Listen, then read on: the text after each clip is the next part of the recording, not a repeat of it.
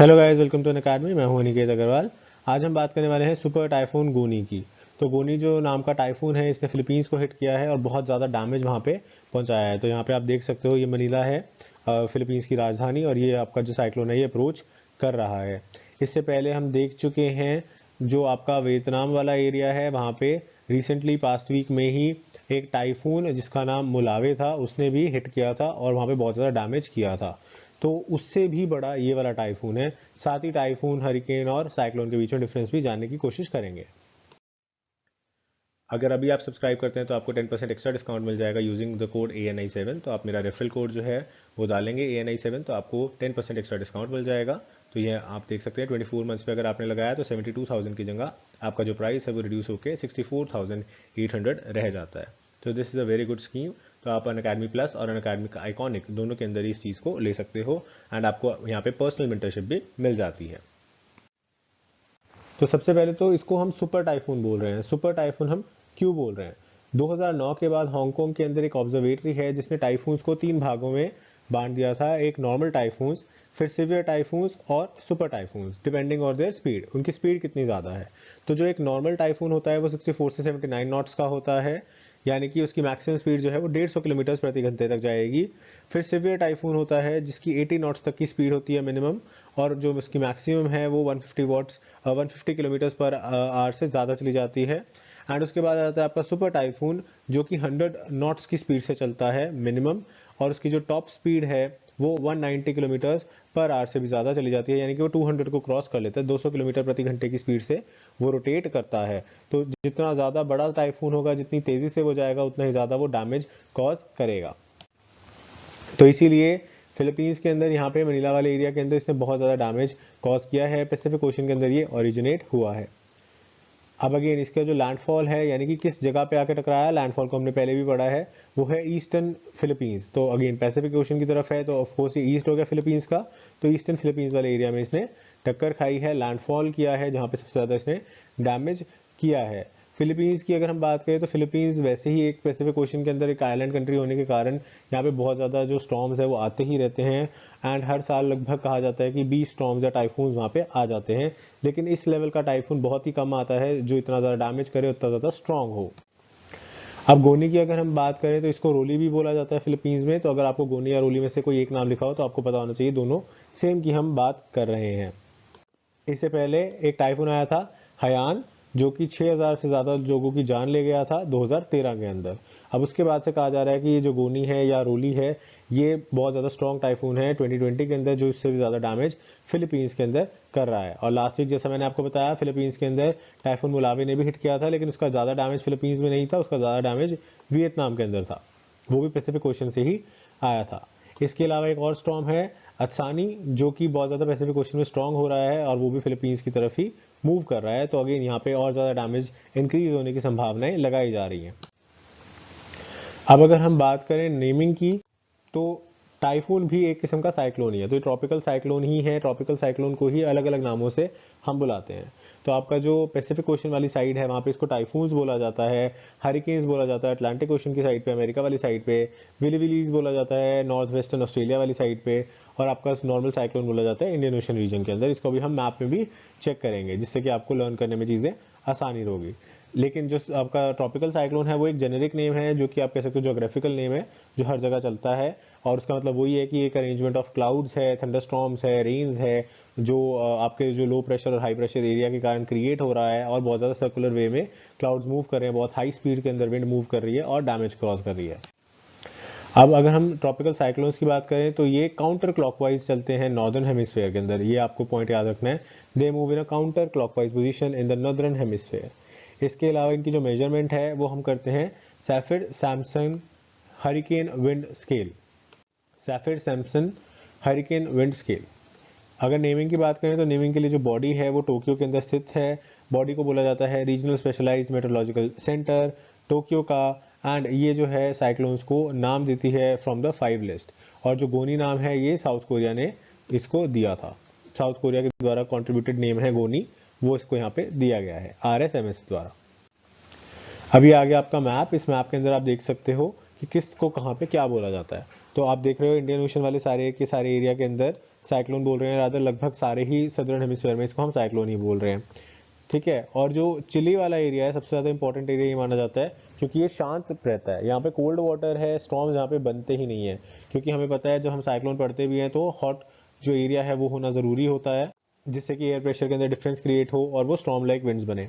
लेकिन चिली के आसपास वाला एरिया या रादर पूरा लैटिन अमेरिका का जो ये वाला एरिया है, ये वाला पूरा का पूरा पानी ठंडा है, इसलिए यहाँ पे कोई भी स्टॉर्म्स नहीं बनते हैं। तो यहाँ के जो कोस्ट हैं बहुत शांत रहते हैं, अच्छे रहते हैं और लोगों की लाइफ यहाँ पे ईजियर रहती है कंपैरेटिवली। अब अगर हम पैसिफिक ओशन की बात करें तो आप देख सकते हो ये टाइफून है तो चाइना, जापान, कोरिया, फिलीपींस या फिर ये जो आपके इंडो चाइना वाले एरियाज़ हैं, वियतनाम वगैरह, यहाँ पे अगर कहीं पे भी कोई साइक्लोन आएगा तो हम उसको टाइफून बोलेंगे। इंडियन ओशन वाले एरिया के अंदर हम इसको साइक्लोन बोलेंगे। और आपका जो सदर्न अफ्रीका वाला एरिया है ये भी यहाँ पे साइक्लोन होगा। ब्राज़ील वाला एरिया यहाँ पे भी साइक्लोन हो गया। अर्जेंटीना यहाँ पे भी साइक्लोन हो गया। ऊपर अमेरिका की तरफ अगर हम आ जाते हैं, क्योंकि अभी अटलांटिक ओशन हो गया, तो अटलांटिक ओशन के अंदर नॉर्दर्न अफ्रीका जो आपका है या फिर यूरोप है, ये आपका हरिकेन हो गया। एंड जो आपका इधर वाला अमेरिका का एरिया है, यानी कि जो ईस्ट फेसिंग अमेरिका है, कनाडा का कुछ पोर्शन है या फिर आपके करीबियन आइलैंड्स है, वहाँ पे इसको हरिकेन बोला जाएगा। तो अटलांटिक ओशन के अंदर आप कह सकते हो दो नाम चल रहे हैं, ऊपर की तरफ हरिकेन, नीचे की तरफ साइक्लोन। और उसके बाद आपका जो वेस्टर्न साइड आ जाता है ऑस्ट्रेलिया, अमेरिका का western side of Canada, America या फिर मेक्सिको वाला एरिया, यहाँ पे भी इसको हरिकेन बोला जाता है। और सदर्न साइड पे साइक्लोन बोला जाता है। लेकिन सदर्न साइड में जो साइक्लोन है वो बहुत दूर रह जाता है, क्योंकि जो आपका जैसे मैंने आपको बताया लैटिन अमेरिका का एरिया है जिसमें चिले को बॉर्डर कर रहा है, पेरू, इक्वाडोर हो गया, तो ये सारे के सारे जो कंट्रीज़ हैं ये जहाँ पे फेस कर रहे हैं ओशन को, ये बहुत ठंडा ओशन है, पानी यहाँ पे बहुत ठंडा है, तो यहाँ पे स्टॉर्म्स ओरिजिनेट होते ही नहीं है। So this was all about the topic. I hope you like this video and आपको कुछ जानने को मिला होगा। Thank you for watching this video. Have a nice day.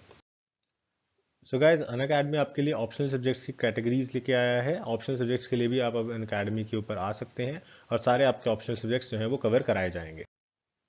UPSC optional categories की अगर मैं बात करूं तो 31 अक्टूबर तक आपको एक इंट्रोडक्टरी ऑफर दिया जा रहा है, जिसमें आपको ऑप्शनल सब्जेक्ट जो है वो पूरी तरह से फ्री मिलेगा, कॉम्प्लीमेंट्री मिलेगा, अगर आप अभी अनअकैडमी को सब्सक्राइब करते हो तो आपका 12 महीने का जो 49,500 जीएस का है उसमें ऑप्शनल 27,500 का आपको फ्री मिल जाएगा। लेकिन आफ्टर 31 इस तरह की कोई स्कीम नहीं है, तो आपको टोटल एक्सपेंडिचर जो है वो 77,000 का खर्च करना पड़ेगा।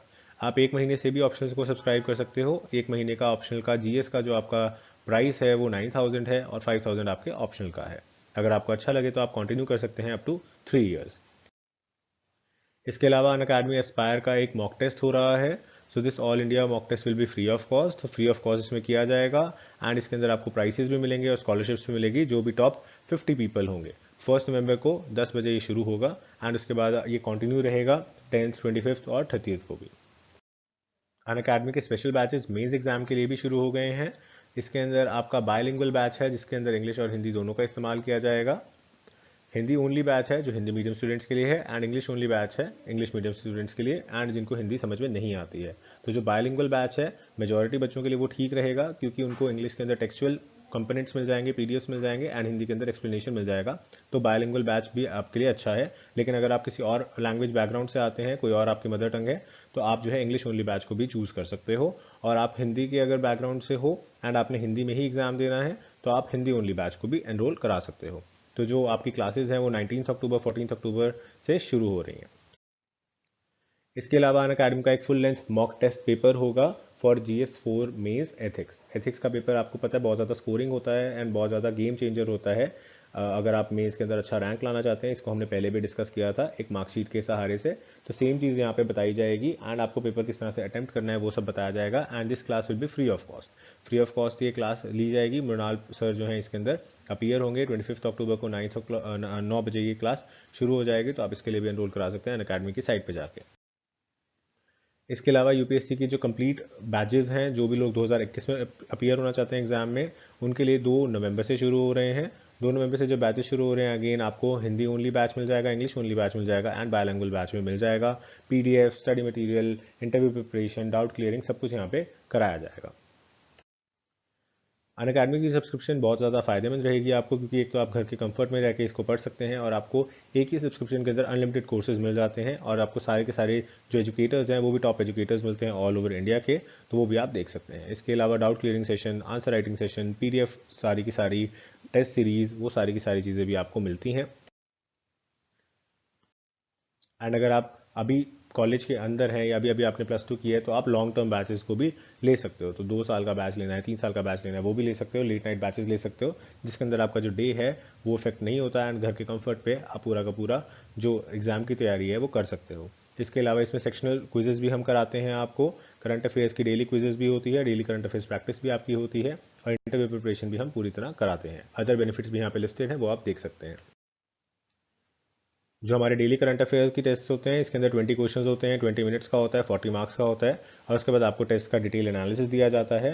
ये डेली 7:30 PM पे कराई जाती है। तो शाम को 7:30 बजे आपके पूरे दिन के करंट अफेयर्स जो हैं वो क्विज के माध्यम से रिवाइज हो जाते हैं। साथ ही साथ आप अनअकैडमी को यूट्यूब पे भी फॉलो कर सकते हो। Unacademy articulate, Unacademy UPSC current affairs, Unacademy लक्ष्य एंड अनअकैडमी एक्सपीडिशन। हमारा टेलीग्राम चैनल है अनअकैडमी आर्टिकुलेट एंड हम फेसबुक पे भी अवेलेबल हैं, तो वहाँ पे भी आप हमें ज्वाइन कर सकते हैं।